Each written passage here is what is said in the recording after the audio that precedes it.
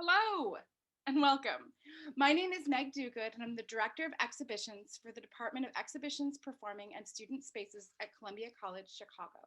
I want to welcome you to a talk for Cristal Sabbagh's Oops, POW Surprise. This exhibition takes a deep look at Cristal Sabbagh's interdisciplinary practice that includes traditional portraiture, ceramics, and performance. While movement is the spine of her practice and the core that all other work emanates from, intentional spontaneity, reverence, and bliss are threads woven throughout. Sabbagh's performance practice, rooted in improvisation and Butoh, walks a line between the everyday, the divine, and the personal, and the political. In embodying her art, pardon me, in embodying her art transformational memories, while simultaneously celebrating pop culture and the experimental, she challenges power structures and awakens the viewer's senses. Cristal Sabbagh is a teaching and interdisciplinary artist influenced by film history, politics, Butoh, and improvised sound. She is currently curating and performing in the Freedom from and Freedom to, an improvisational cross-medium performance. She was awarded the DCASE IAP grant to help fund an opportunity to combine most of her creative interests in a risk-taking and vulnerable way. It uses an ensemble of dancers, improvising musicians that are that are remarkable and diverse in their approaches. My Lord, it has been a week. I totally apologize. Let me get this whole sentence out. It uses an ensemble of dancers and improvising musicians that are remarkably diverse in their approaches to dance, instrumentation, and backgrounds. She is a core member of Marie Cashmere's Diaspora's Dance Collective, seen at the Instigation festivals in Chicago and New Orleans over the past 4 years.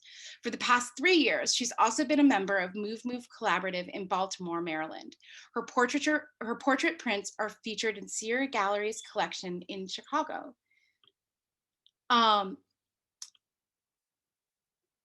just also kind of want, now that we've talked formally about Cristal, to just kind of talk about her practice as I've come to know it. I've come to know her practice despite having, I think, many mutual friends in the art world for 2 decades, for a very, very long time. I've come to know her practice mostly through social media, mostly kind of starting with prints and her work surrounding that icon, and kind of moving out both in the dance and ceramics. And in the last year at the gallery at Columbia, we have switched our programming from these kind of large group shows to solo exhibitions, mostly for 2 reasons, and COVID wasn't one of them. One, we felt that plenty of curators are supported in the Chicago region to kind of create work, and that work is supported in many other places. And 2, we felt that maybe our money and the way we support artists could go farther in supporting a solo opportunity, because there aren't a lot of those opportunities in Chicago for artists to be significantly supported. Cristal is our first solo show at the gallery in at least 10 years. I did not know that. I know, see, I hold things back. And we are so excited to kind of be presenting this work, and this work in particular, at a time when we feel like we can really kind of support artists materially better. And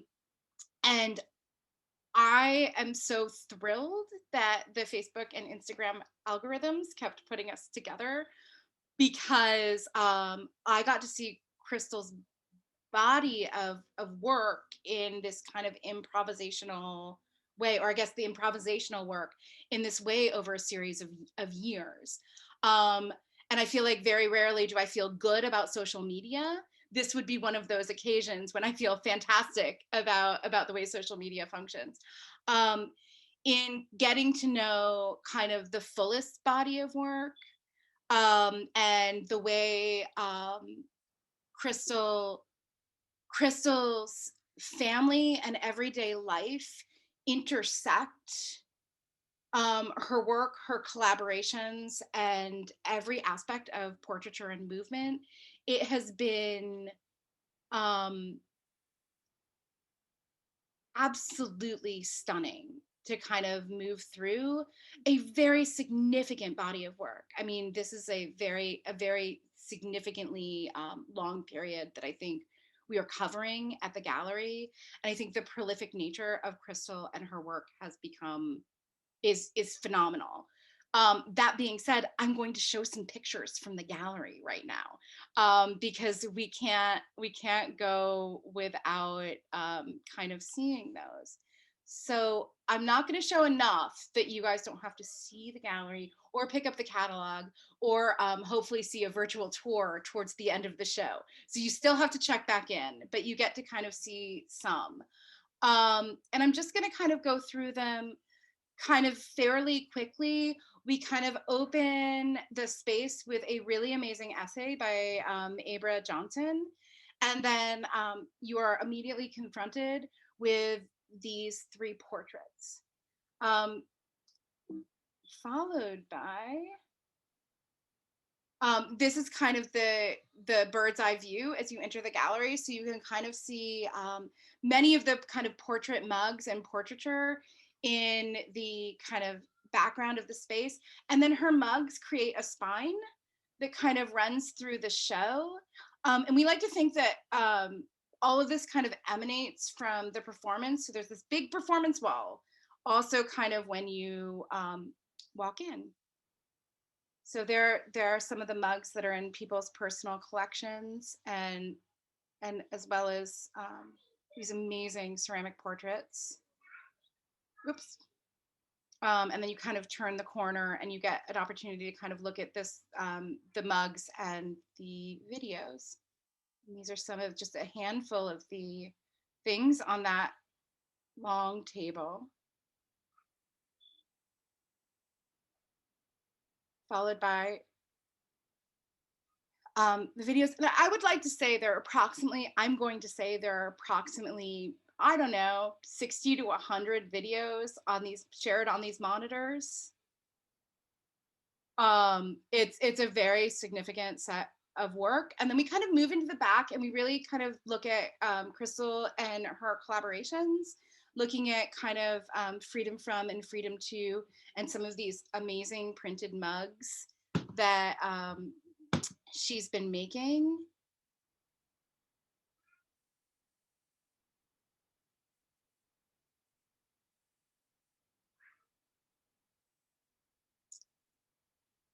And in the back room is more collaborative work, also on video monitors. And I think the thing that we are not, and then one last wall of kind of more drawing portraits.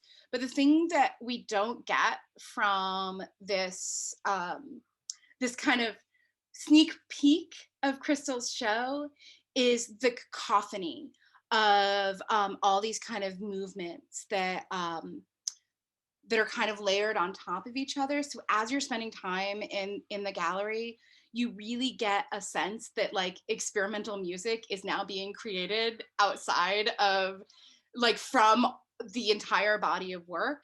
And it's pretty amazing. So I have some questions to kind of talk about. What's going to happen is Cristal and I are going to have a conversation, and then we're going to open the floor up, or the chat up, for viewer questions, and then we'll wrap it up. This video, just so everyone knows, is being recorded, and the contents of it will be available on our our Facebook page and our YouTube page. Usually it takes us about a week. So I guess I want to start out with like this exhibition is a culmination of more than 20 years of work. I'd like to talk about your practice as a whole, starting with movement and how, like tentacles, it reaches into all aspects of your work. I want to start by talking about how you come to movement as a practice and how Butoh and improvisation have become the core of your work. Wow, that's a really great question. Yeah, I'm so glad that my parents are here because they knew I've been, dancing around since I was since I was little. I would ask my mom, I'm like, "Mommy, can I act fast?" And acting fast meant like, can I like dance to the music, And she's like, "Yeah, you can act fast." So I'm like, "Yeah."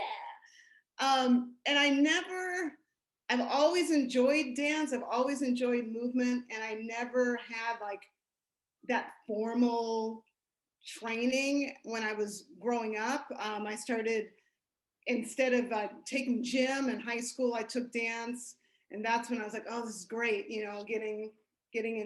Introduced to ballet and contemporary and modern, and once I was, and then I was a cheerleader for many years, and just always kind of making up dances kind of on the side. I think Nia's in here. Nia and I, we go way back. We made up a dance for high school, performed in front of the whole school, um, and it was just a passion. But it was always kind of like on the side. And when I was in college, I was on the dance team for about a year and a half, and it was great. But it was just, I had to, the training, the hours was just so much. And I was also into my major for art education, so I had to let it go. But I was still, kind of going to C Street. Anybody who went to U of I, they know of C Street, going to dance, whether it was like particular nights, whether it was disco or industrial. And yeah, and so it was always, there was always kind of this undercurrent within me. And as far as like Butoh, I started, that was definitely a surprise. I was doing a dance with my friend Andrea, and it was kind of based on dreams that we had both had. I had had this dream about somebody passing, and the moment that they passed, they saw the Virgin Mary outlined in their eyes. And then she had a dream about dying and meeting the devil. It was very like, oh my gosh, very spiritual, and we're like, we should do something about this, and collaborated together. And this was back in 2003, 2004. And I remember like kind of playing this particular character that was like on their deathbed, and and then kind of coming out of that, like the afterworld, and almost childlike again. But there was a lot of like ebbs and flows, a lot of emotional ebbs and flows within that performance. And somebody afterwards came up to me and said, "You know what? Have you ever heard of Butoh?" I'm like, "No, what's that?" And she's like, "Oh my gosh, some of the things that you were doing, this would be right up your alley. You should check out this performer that's going to be in Chicago called Akira Kasai." And he happened to be, touring and was playing or performing at, I think, the MCA, like that next month. And so I'm like, okay, let me kind of figure this out. And I saw it and loved it. And I was really intrigued and tried to like figure out, okay, well, where can I take some of these workshops? Like, what is this about? And started doing that in Chicago. And some of the same people that I had started with in these workshops, I'm working with today. Carol McCurdy is here, Sara Zalek. This was back in like 2004 or 2005. We were taking workshops together. And for me, I just really I connected to the metaphors, kind of embodying certain metaphors, embodying certain emotional qualities, and trying to be as as truthful as I could. It's not like, oh, you're gonna pretend to be a tree. It's like, no, you're really trying to feel what the roots feel like in your veins, like you're embodying, like you're there, like you are a tree. Or, I mean, it can go from one extreme to another. Like now you're ice, now you're fire, now you're a child, now you're dying, um, and kind of getting into that vein of like forgetting about what looks good, what doesn't look good, and you're just going as truthful. It can be ugly, it can be painful. Um, for my thesis, when I was getting my master's at Columbia, I was really intrigued. Sadly, it was I ended up infusing Butoh and hip hop with my thesis, and it was about Hurricane Katrina. And as somebody, millions of Americans kind of watching what was going on our TV with how Black folks were being treated, how Black folks were demonized, they were being called, it was like the playbook all over again, being called savages. Like if the Black people were being told they were looting, but then the white people were like, oh, they found food, and so, and there really wasn't like, help was not on the way. It was like, wow, and just seeing how we were treated in their Superdome. It just brought me back to like, wow, this is seriously like they're trying to make their own version of a minstrel show. I'm like, this is really messed up. And Eli, my husband, we were like crying, upset, just like ah. And I'm just like, what can I do with that, with those feelings? I want to investigate it and create something. And I knew I wanted to infuse some Butoh influences, definitely. Like I was really intrigued with Josephine Baker, who also, at the time in the 20s was like dabbling with minstrelsy, dabbling with, I mean, she was an amazing dancer, but she was code switching, to kind of survive, and then going to France and kind of, doing all of what she did over there. But also she was, this amazing activist, and, I can go on and on. But she was kind of my muse, my anchor. But I knew I had to be in blackface for that particular piece, and I wanted to kind of rely on some of the metaphors, like the savage, the monkey, the kind of the seductress, and using all of those. And I'm like, wow, this is what I need to be doing. And it was kind of a turning point for me with the training. And I had a really great mentor, Jenny Magnus from Columbia, who was like, you're going to have to confront people, not necessarily verbally, but like looking at them, kind of confronting people because of what's happening in our country, and it's that dirty secret, like, oh, we don't want to talk about that, oh, just that didn't really happen to you, that didn't really, when certain people are like, well, if certain racist things aren't happening to them all the time, they don't see it. And I'm like, okay, I'm gonna have to, really get close to people and look.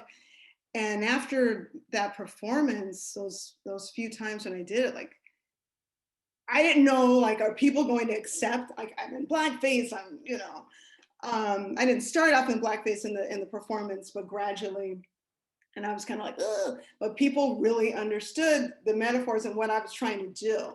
And like, we were also showing imagery of some of the folks that were kind of there after Hurricane Katrina, and either they had perished or they needed food, and help wasn't coming.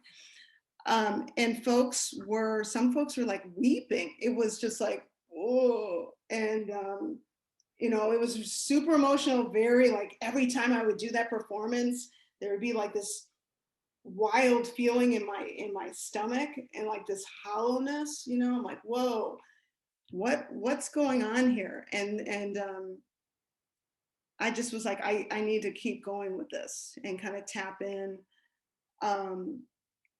And as far as like continuing with improvisation, that's been such a fun journey too, especially playing around with live musicians, and it's been such an amazing marriage for me to like, it puts me back, because I love movies, but it just puts me back for me into grabbing onto narratives. And I'm like, oh, now I'm in outer space, or I'm just coming into birth. I don't know. It's a very quick way for me to kind of tap in to certain, to embody certain symbols quickly without like, oh, I'm rehearsing for months and months. And it's been really so amazing kind of working with, like I said, certain musicians are actually here right now. Scott Rubin and I have been collaborating for, gosh, I want to say the last couple of years, and of course with Eli, my husband, and many folks, Ramah Malebranche. There's just nothing like it. There's just nothing like working with live music, and then other dancers to kind of like, let's just see what we can do in this time. Maybe it's 20 minutes, maybe it's an hour. What can we make? And it's always different, and it's always so much fun. And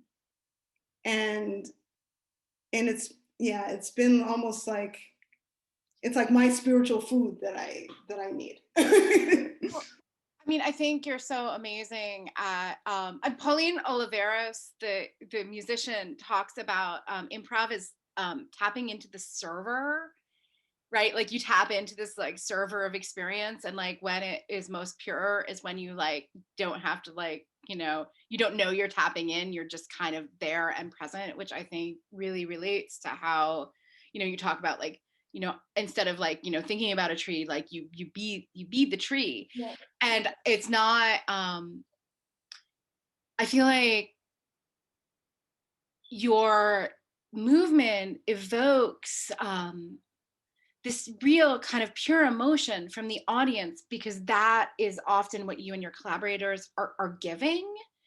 And like there's something really like, it's like, you're tapping into the server and then sending the server like over the internet to like me. And there becomes this, I'm not surprised that people have been brought to tears and joy and laughter and all different kinds of levels of engagement through these processes. And I think I'm really interested, as you kind of balance like narrative improvisation and then this other kind of really also long-standing practice of portraiture and ceramics. Like how do those kind of relate to movement, and how do you feel they kind of prop each other up? Yeah, I think I finally got to the point a couple of years ago. I've been taking this master's class in Milwaukee, and it's just like open studio, kind of like you're working on a body of work. And as I was like painting like prints and various characters, I'm like, oh my gosh, because I'm like, how can I fuse my love for these people and my love of movement? I'm like, oh my gosh, it needs to be, wouldn't it be fun to have some sort of tea party or something, but this conversation about these people, but also embodying certain flavors and certain energies from these particular people that I'm drawing or painting. And so that at the end, you know, there's always like, oh, a studio show, you know, kind of open studio, and like the teacher and students, you know, look at everyone's work. And I asked the director who had kind of known me now for the last couple of years. I'm like, I want you to see. I'm like, and I didn't have time to rehearse, but I'm just like, I was painting some of the characters, one of the characters from Get Out, Jordan Peele's movie, and in that movie, just within the layers of race and woo, I mean, that you can go on and on and on. And I'm like, okay, after it was kind of like the gift to me, because I was like, that's the one thing about like drawing and painting, at least for me, because I work so small because of my time is limited, that it's like, you know, it's very kind of crunched and, you know, constricted. And I'm like, oh, I wanna move now within the guise of one of these, you know, one of these characters. So I had the class members, because I'm like, I'm so spoiled. Normally I have musicians to be like, yeah, you just do your thing and let's do this. So I had the audience members just hum, just hum. I'm like, this would be like 5-7 minutes. They started humming, and immediately I was like, okay, I'm in, you know. And then I started doing an improv about you know, what that's like, kind of that duality of somebody's trying to take over your body. You're still, there's still part of you in there, but you're trying to get out, but it's not working, and that just keeps that other, you know, almost like white supremacy. It keeps kind of holding on, um, as you know what's happening, and you can't fight it, you know. And it was fun just to kind of go through, you know, speaking as well while I was performing, having them create a soundscape for me, and kind of like having a dialogue, and then again using I like to interact with the audience, either getting close to them or, you know, body close or touching. And now it's like pandemic time, so anyway. uh, but but yeah, and it was, and the director's like, wow, I've seen, he's, you know, been director there at MIAD, Milwaukee Institute of Art, for many years. He's like, I haven't seen somebody do this yet, you know. And it just kind of opened his eyes, and different people had, you know, interesting things to say. And I'm like, I need to keep investigating this. I knew I was going to keep building this body of work. And the Tea Mugs actually started. Peter, where's Peter? Peter, my buddy Peter, my brother Peter. But he started Move Collaborative in Baltimore. And what was it, 2017? 2017, it was like maybe 8 or 9 of us kind of eating and workshopping together for like 11 days. And then it culminated in a performance.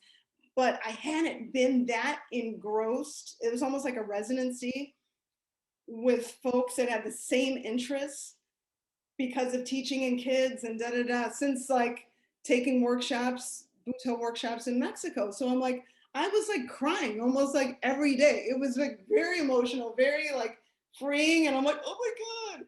But then every morning they'd all drink coffee. And so when I came home, I was like, what can I do to kind of thank everybody for this amazing experience again? And I started like, got back on the wheel, started throwing mugs. And I, you know, as they were getting finished, like sending them out to them one at a time. And different folks were like, when they would receive it, they're like, what? You know, oh my gosh. And then it turned into, you know, because I've always loved portraits, I've always loved drawing, like, oh, I got these, like, there's these underglaze pencils hanging around. Let's see what happens. The first try was kind of garbage because I put some clear glaze on it and it faded away, and I was like, oh man. And then I talked to my former sculpture teacher from Mill Street, and she's like, oh no, don't put clear glaze on it, blah, blah, blah. And I'm like, oh, cool. So I was kind of like slowly experimenting, getting better and better at like what to do, what not to do. and which colors to use, which colors not to use for the portraits on these mugs. And it's just kind of taken a life of its own. Like, I know that they all take a long time, but I'm like compelled to do this. Like, and the subjects that I pick, they just mean a lot to me. And it's been like some of them I've just had to, like Peter has Grace Jones, and Peter, I love him like he's my own brother. So I'm like, you get this, bag. And to see Peter, like, when he goes away and he posts pictures, I'm like, ah. And same with like Rubin, my buddy Scott, who, I made him a mug. He came into the fold like after seeing Freedom From and Freedom To, and he was like, I would love to be a part of this. What can I do to help? And he's just been such a dream, and helping in so many ways. I can't, ever repay him. So I'm like, I gotta give him a mug. And he was like, this is beautiful. And he takes it when he goes to his parents' house, and I'm like, and it's been so fulfilling to offer this to folks. Yeah, Felicia, I think Felicia's here. She's a princeologist. She's the real princeologist who can write volumes and volumes. And so, yeah, I've given her some Prince things before, and then she's like, hey, I want one of those portrait mugs of Prince. How do I make that happen? So, yeah, and with the mugs and with the movement, it's been really fun to kind of merge my love of some of these people, and some of these folks I've had the honor of, for my students, performing as Prince for Halloween, performing as The Weeknd, performing as the Joker from the latest version with Joaquin. But like what Joaquin was doing in the bathroom, that was straight Butoh. I'm like, this is gonna be fun. This is gonna be easy. And yeah, and then I was Georgina from Get Out. Yep. As well for my students. And so I'm like, there's a connection. I love movies, I love film, and I love drawing portraits. So I'm like, I'm gonna just marry all of that together. I mean, the layering of them. I mean, I feel like we can't walk away from this without like calling them like kind of what you first called them when we met, like really this fangirl series, and how they're like this really sincere homage to these characters. And I can't believe it did not dawn on me until right now that between the movement and the mugs, they're literally two forms of embodiment. Like, as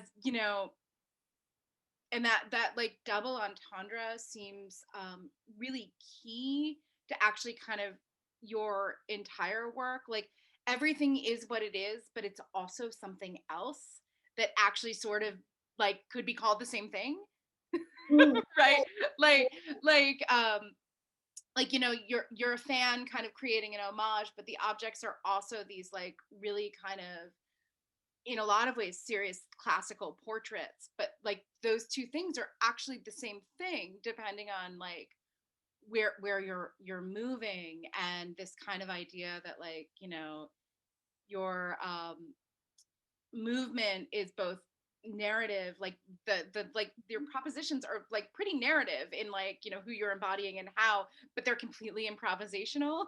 Like, and again, it's flipping the lens and not flipping the work. And I think that is why all of this work works in a room together. I mean, I think typically when we talk in like the art world, and especially in the gallery world, about how to move shows around, certainly no one's ever like, we think that we should have traditional portraits alongside of ceramic mugs right next to movement work, right? Like those things typically aren't put in space together, yet so clearly, with your practice, all of those things are completely embodied and personified in ways that move and ping off of each other. And I'm going to now just take this brief moment to talk about Prince. We need to talk about Prince. As an aside, I was at a fundraiser for Three Walls. It was online because we are in COVID. And Felicia Homan was there, and she like lifted up the mug, and I was like, ah, that's it. It's the Prince mug.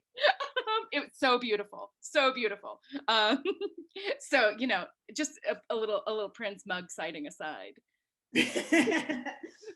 Yeah, man, my love for him and his music, I'm trying to think back, like the first time, and I really can't remember the first time I was like, was I 8? Was I 6? Was I, I feel like he's always kind of, been somebody that I just really, really was drawn to, like from jump, from like controversy, from of course Purple Rain stuff, of course Raspberry Beret stuff, of course, Around the World in a Day. I mean, it goes on and on and on and on and on.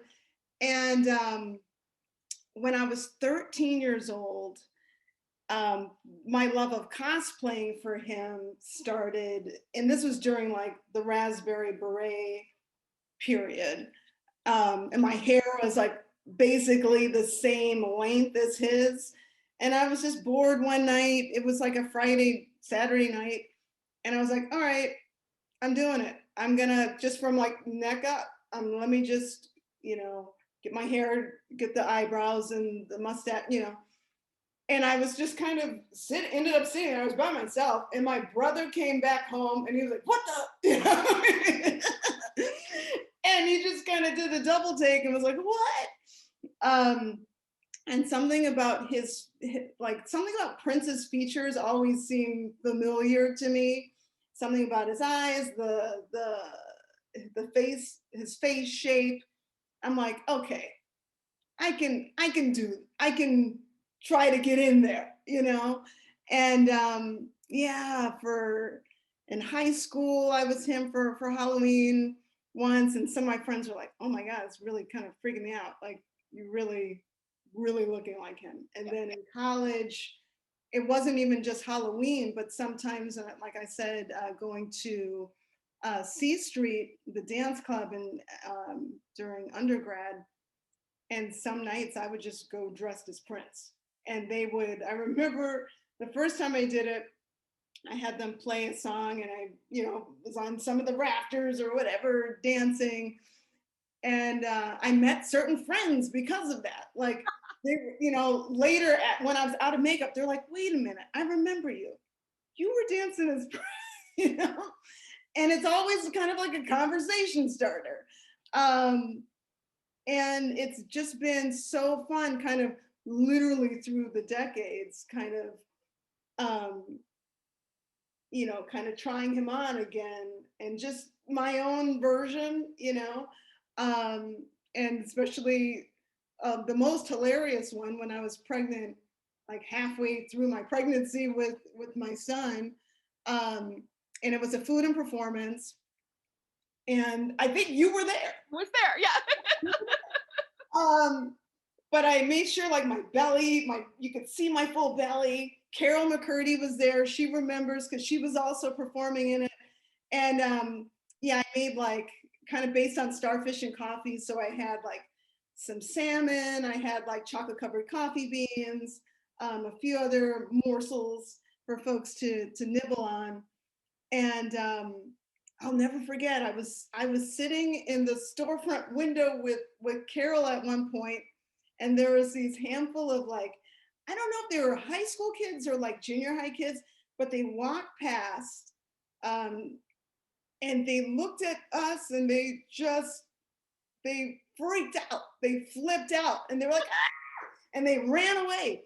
And then maybe it was like an hour or so later, somebody came up to me. They're like, excuse me, some of those kids that came back and they want to ask you some questions. I'm like, okay.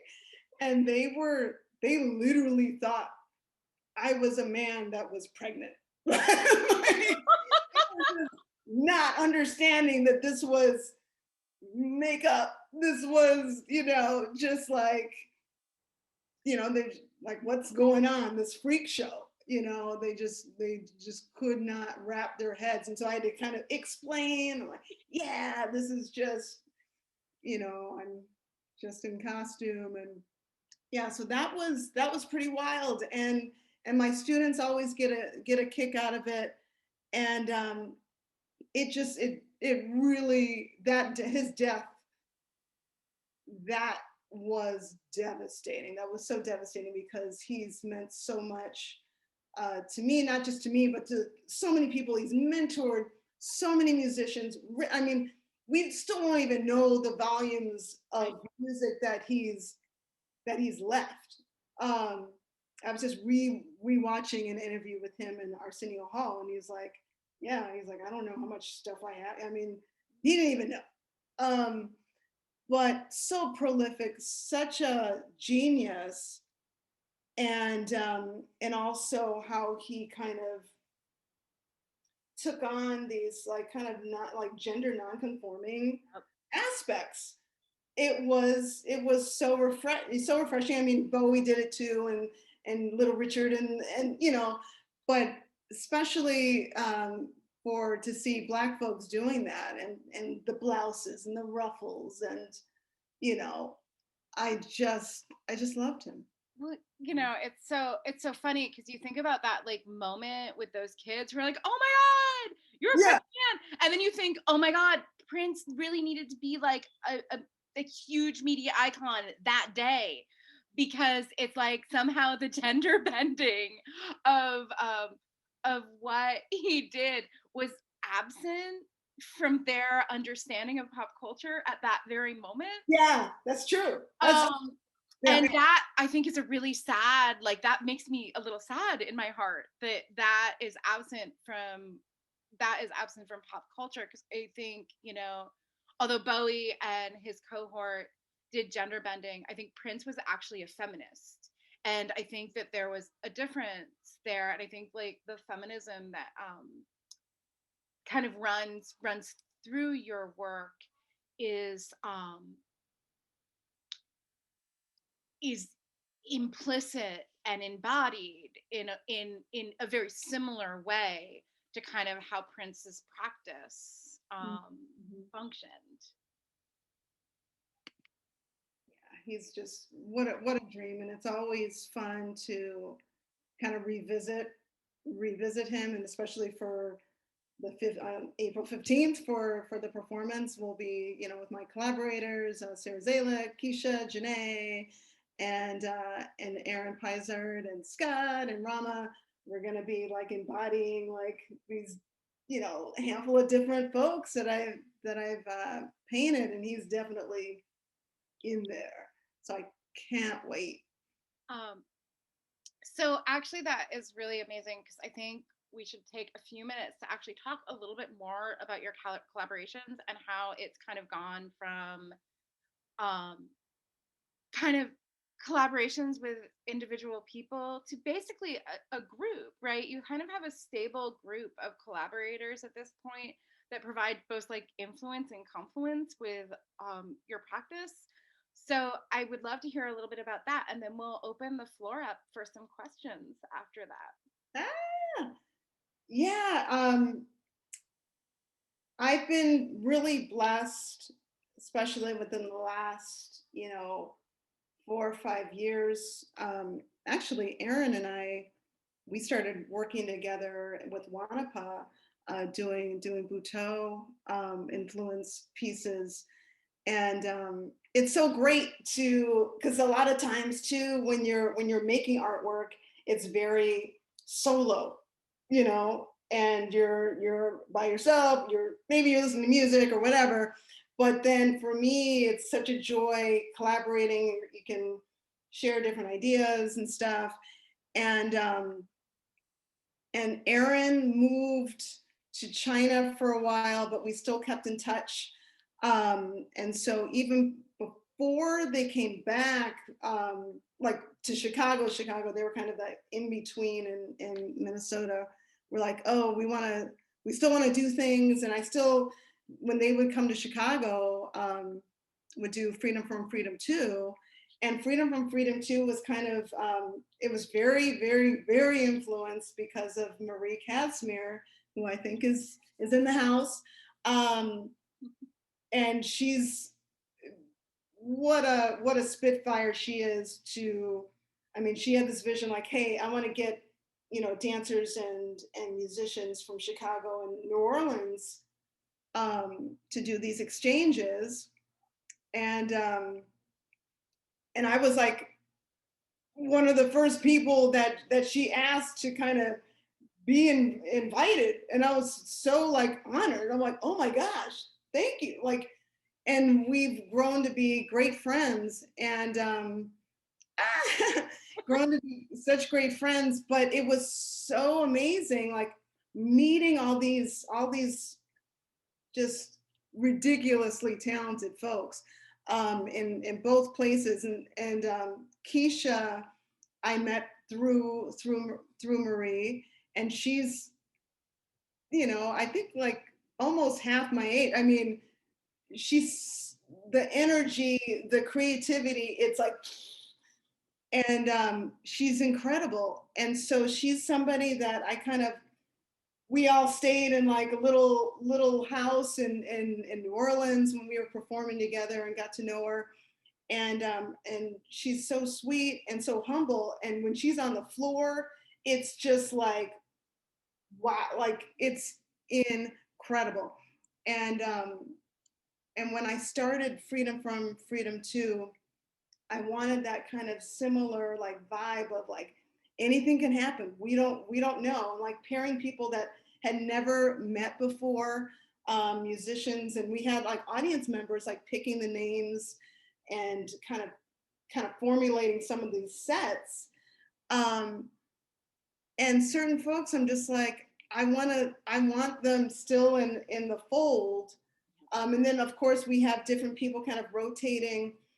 Um, but yeah, it's been a real joy working with her, working with Erin, working with Sara Zalek. Sara Zalek and I, like I said, we go way back from like 2004, starting Butoh workshops at the same time, and she's incredible. They're absolutely incredible and so giving.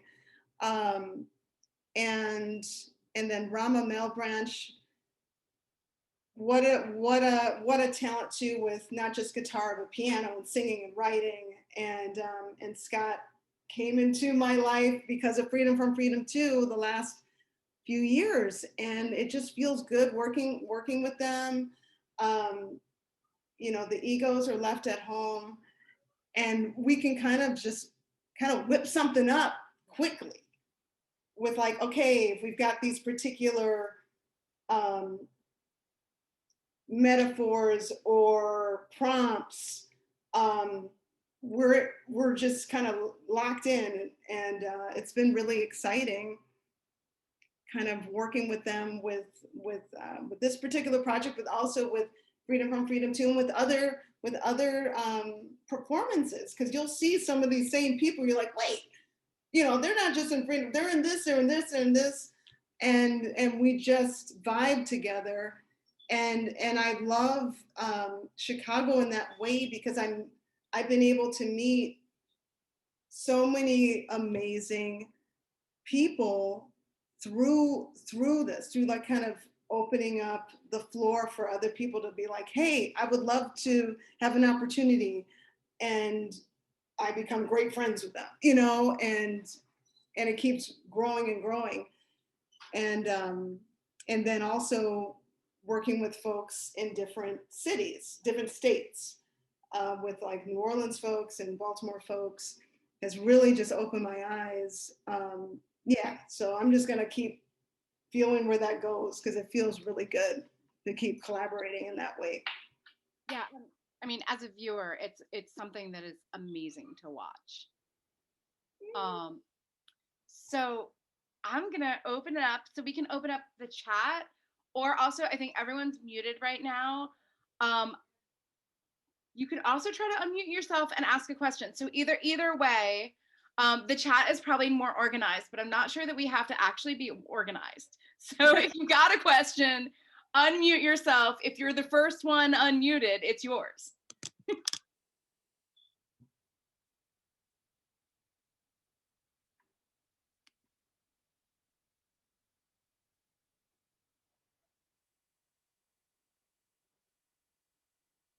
Did we cover everything? Let me see. Are there questions? No, there's so much love. Okay, here we go. Oh, seems like we know her too well. Are the mugs for purchase? This is a great question. Yes. Who just asked me that? Nishani? The person that tells me? It was, me. Yes. The ones that are on display are, yes, except for Stacey Abrams. Because my mom would be like, what? Yeah, so you can definitely message me for cost or prices. I have a question. Can you guys hear me? Yes. Okay, sorry. This is Carol Janetti, not Soren Leonora. Those are my cat names, by the way. So I have a question about the mugs. Mm-hmm. I'm interested why you chose to have the picture on the opposite end of where the handle is. Is there a reason behind that? Because I always, when I make a mug, I always like, oh, should it be, is it a left-handed person? Are they gonna, do they want to see the image when they're drinking, or do they want to show the image on the other side? You know, like, I don't know, I just think it's, yeah, that's I did for a long time when I saw your stuff on Instagram, I didn't know that they were mugs. I was confused because I never saw the handle. Oh, right, because sometimes the handle might have been lower and you don't necessarily. Yeah, or I think it was turned so the handle was like hidden. I thought it was like a weird sculpture or something. Right. Curved, like a curved canvas or something. Right. Oh, I see. Yeah. I think that's for me, it was comfortable to hold and to paint in that way, to have it. Oh, okay. That makes sense. Have it kind of centered for that main reason. And also if I went a little bit more to the left and the right, there was a little bit more room. Right.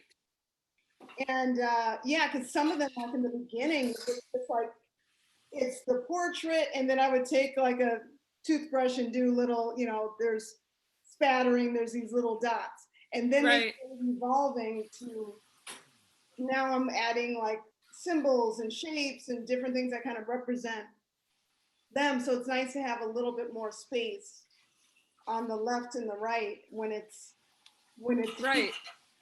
Yeah, totally. And also I've had to kind of work with the curve, Right.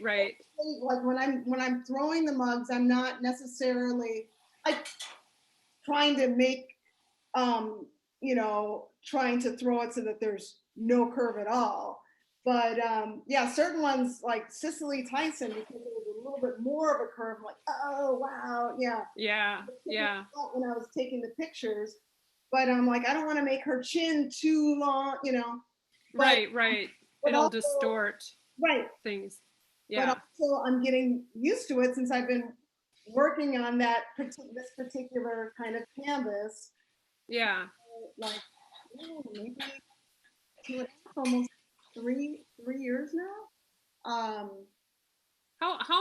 What is the cone that they're fired at?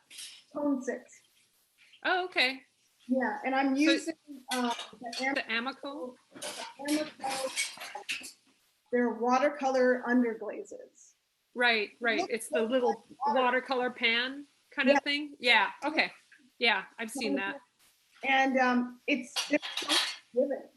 It's like if you kind of mess up, you can like kind of go back into it, like before you fire it, and right. you have to make sure you put a lot of coats and layers Right, yeah, because they're see-through, so you can layer it, which is really nice. Yeah.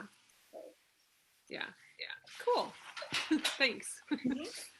Cristal, I have this is Marie. I have a question about the like, did you think about the intimacy of the mugs? Like, I wonder why mugs. Like, I grew up and we'd go to birthday parties and we'd like, our friends would have their faces on the mugs, right? That's my relationship to faces on mugs, is like mugs from birthday parties. Oh, And yeah. we had like a collection of like mugs with all my friends' faces on, when I was growing up. And so I just wonder about the intimacy of the mug, and like, I don't know, did you think about that? Yeah. Not that.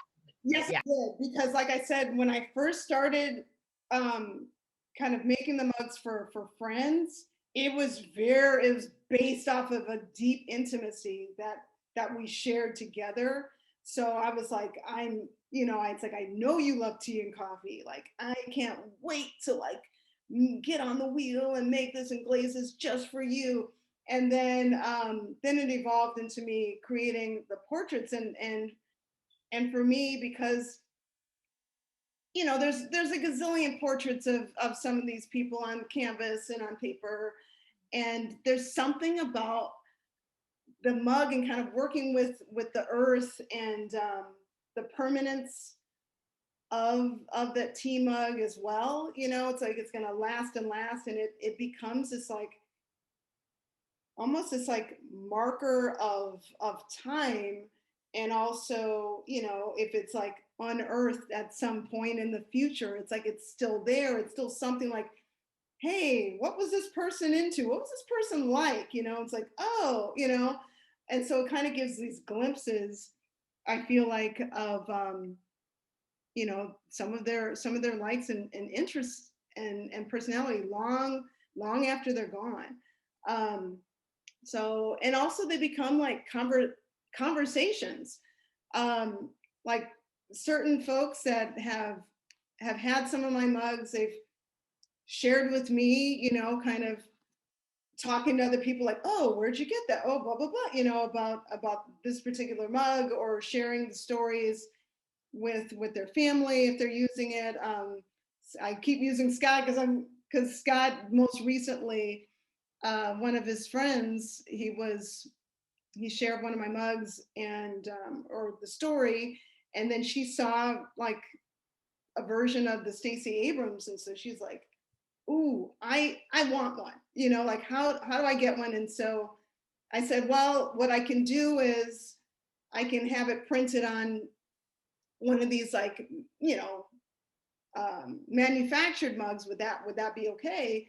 And she was like, yeah. It's like, so I don't know. I feel like certain people, they kind of, because some of these figures are very universal, and it becomes this personal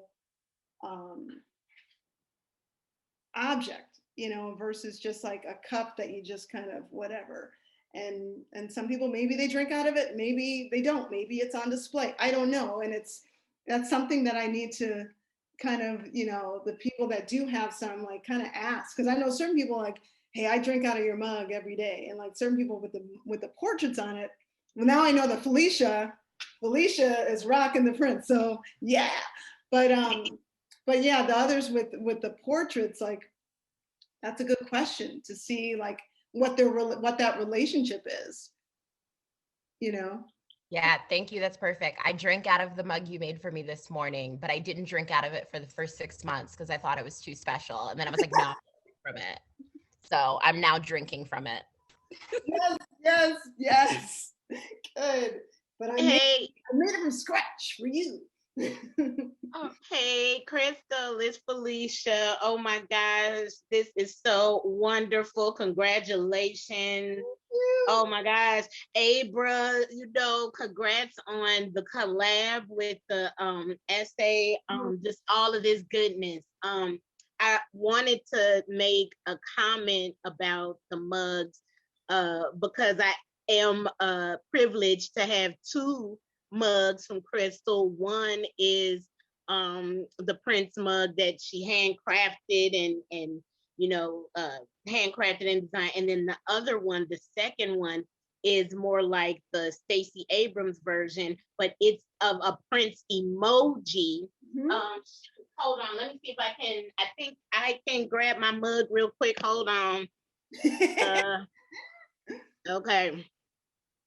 Boom. Yes, my emoji. So this is, you know what I'm saying, more of the creativity, more of the Prince tribute, like just a living tribute.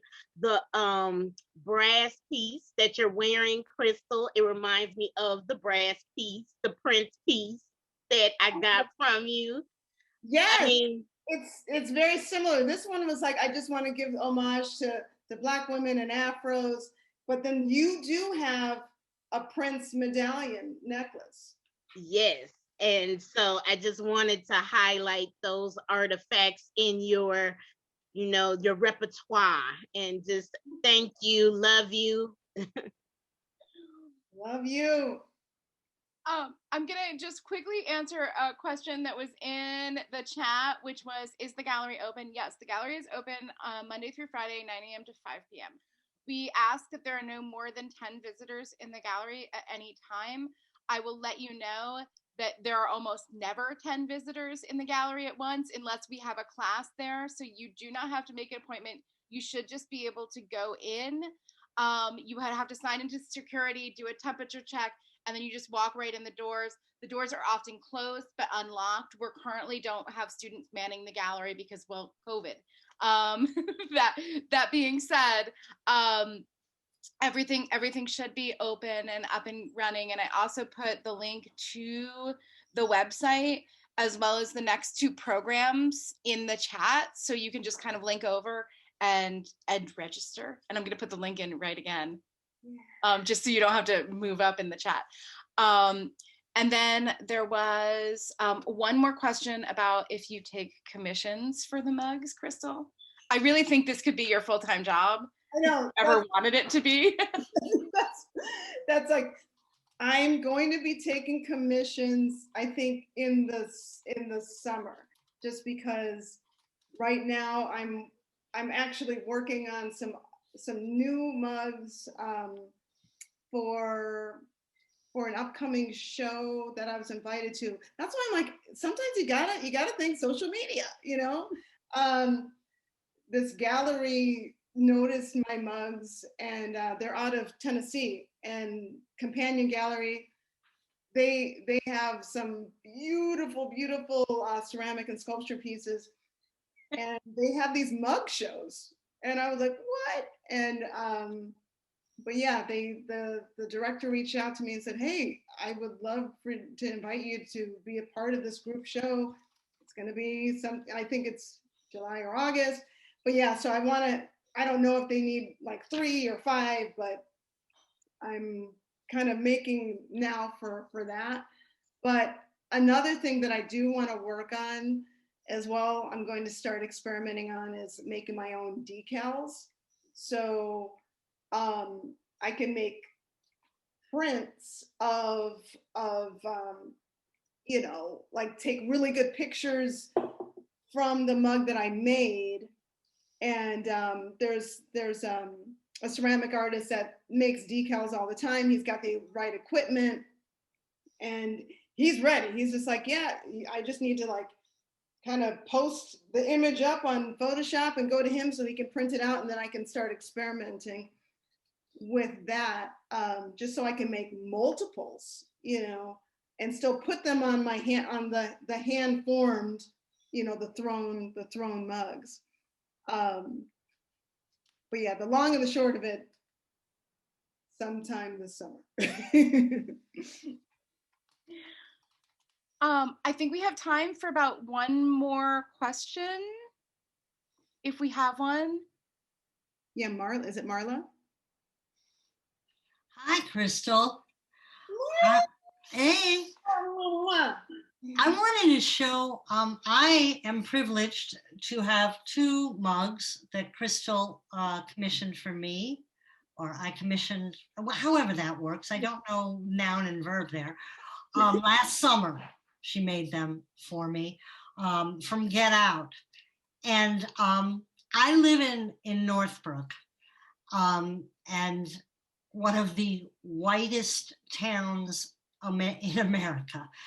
And I don't drink out of them because I'm klutzy and I break things. But more importantly, I don't drink out of them because I have them in a really prominent place in my home. And I have found that they have been conversation starters for my very white friends. And really, the first reaction often is, oh my God, Marlo, they're frightening, and why do you have them, and da da da da. And it just leads into this amazing conversation. And I was thinking about, Cristal, what you said about the metaphors, and I wanted to vomit, but it's so true. Because why does that frighten you? What is frightening about that to you? What has been your lived experience that you would ever think that that face is frightening? And so I've just, I'm blessed to work with Cristal every day. I'm blessed to learn with Cristal every day. And this kind of art is the kind of art that can maybe begin to help all of us have the conversations and bridge the divides that are currently destroying this country. And so I'm just, I feel very privileged and blessed to have Cristal's art in my home. So yeah, I highly encourage you to commission something from Cristal because it is a treasure and a family heirloom. Marla, oh my gosh, we'll talk in person. Oh my gosh, I want to hear these stories. Oh, there's something. Oh, Lord help us. But yeah. So that being said, I'm actually going to do something. I'm going to do something I don't usually do. I'm removing the spotlight on me, and now I'm removing the spotlight on Cristal, if I can. Let's see if I can. I might have to go into the gallery view. Yep, the gallery view. So if everyone wouldn't mind, if you have a Cristal mug, would you hold it up? I want to see this.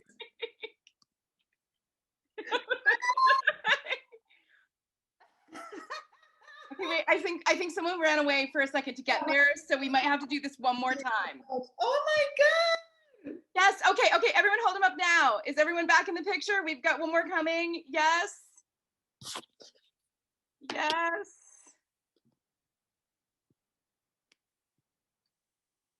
Thank you. Oh my God. Oh my God. Wait, I have another screen. Keep holding him. That's amazing. So that was like 2 screens of Cristal mugs. Thank you everyone so much. Those will be appearing on our Depths social media. Hi, this is Sandy. Can you hear me? Yes. Okay, I couldn't get my mugs in time. Now I have them. Should we do it one more time? One more time. Okay. Yes. How do I do this? Do I click on my name? So if you click on, there's a little video icon at the bottom of your screen, like it looks like a video camera. Oh, it says start video? Yes, that is what you click on. Okay, here we go. All right. There you go. Hold it up. Hold it up, hold it up, hold it up. Can you see him? Yeah, I can. Now I'm going to do the other screen. Whoa.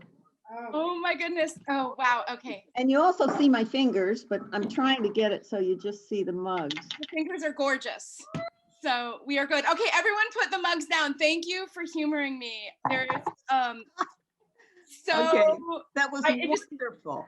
As I was watching the chat go through, everyone was like, I have a mug! Which is exactly how I feel too. I'm so excited. This is the first time I've ever drank out of this because I actually feel that like I can't touch it because it's so amazing. This is one of my favorites. Wait till you get a real one.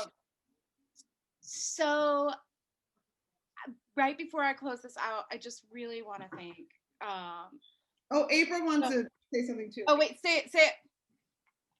I didn't have a question. I just wanted to say congratulations, Cristal, because I've been watching you perform for most of my life since I was a teenager, not to age you or anything. But I was really thinking about the blackface performance and how that reminds me of Day of Absence. So the play written by a Black author that's supposed to be done. It's Black people doing whiteface doing blackface. Oh, yeah. So I was just wondering if or when you were conceiving more narrative performances like this, if that's on the docket. That's a great question. Yeah, I feel like I need time, you know? I need more concentrated time. Yeah.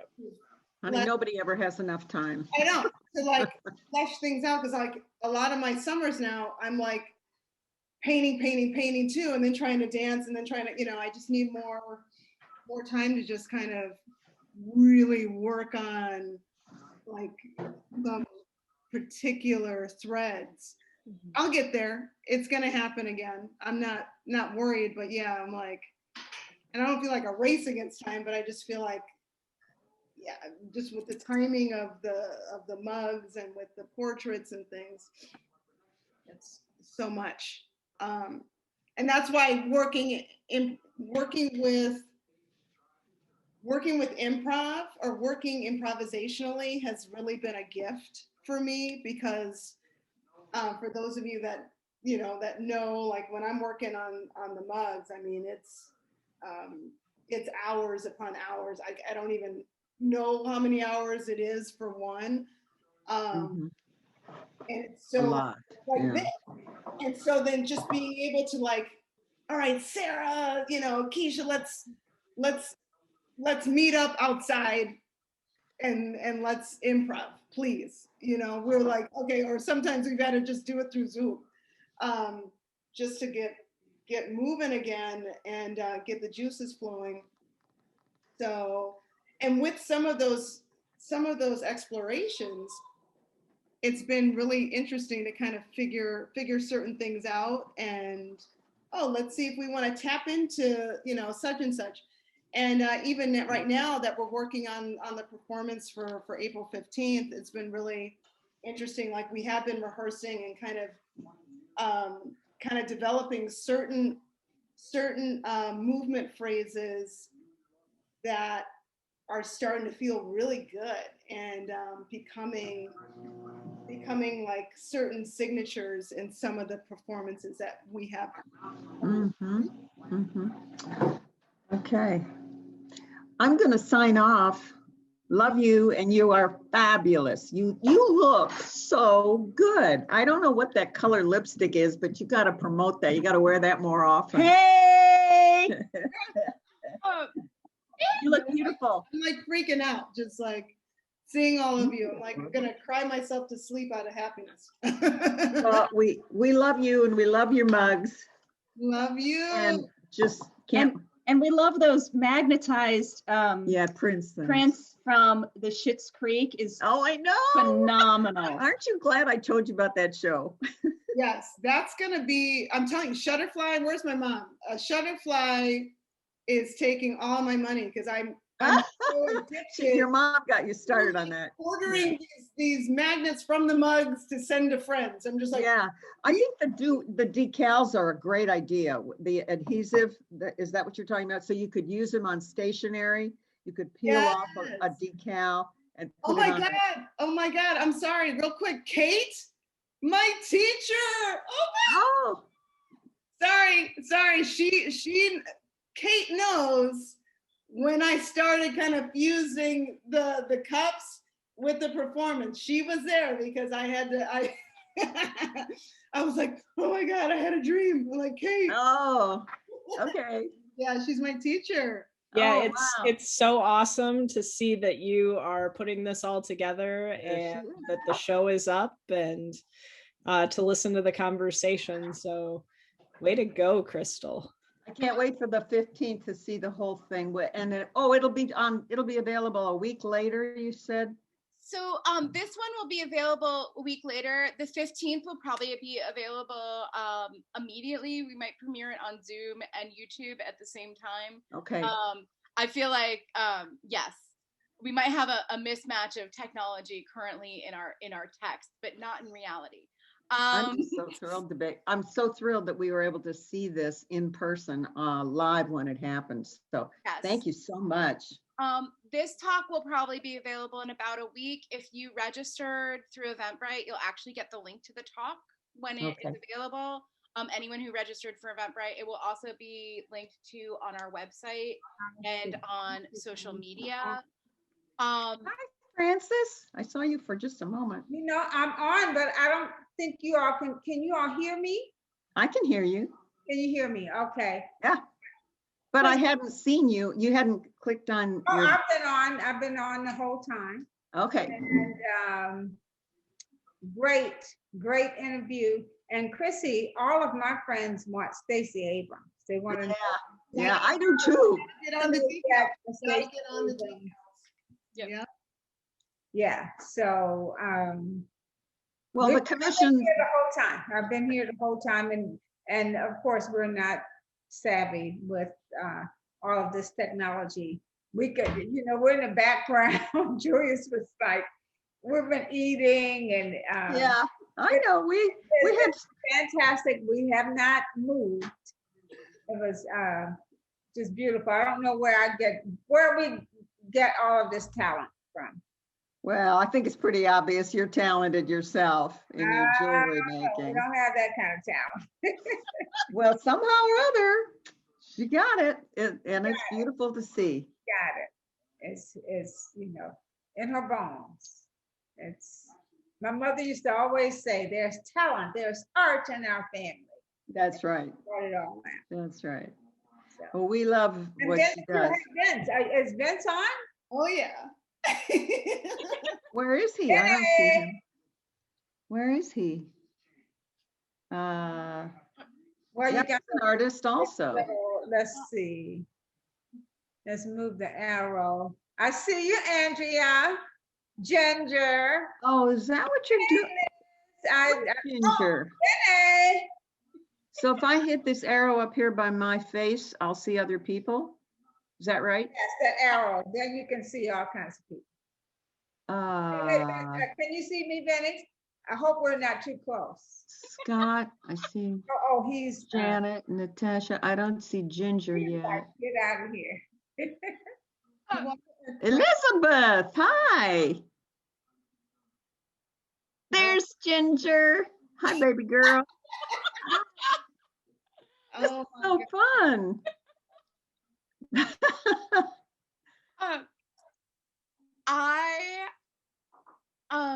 I want to thank everyone for coming tonight. This, after a very long time, a very long winter, like spring has sort of arrived, and thank God in this talk.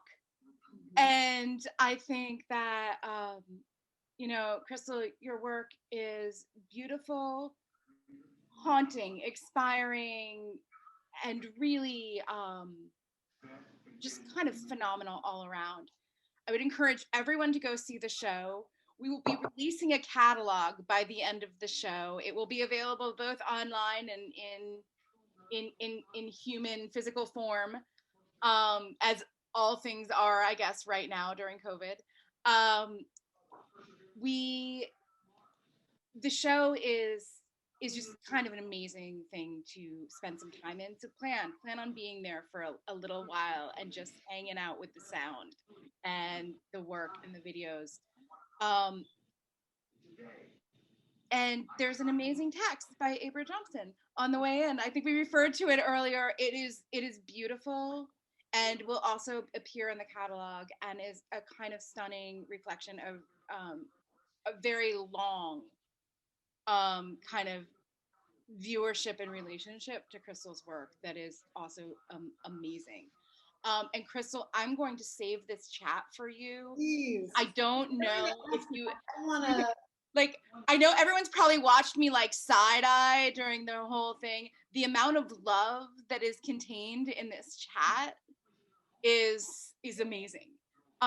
So with that, I'm going. Where's Khalil? Yes. Hi, Khalil.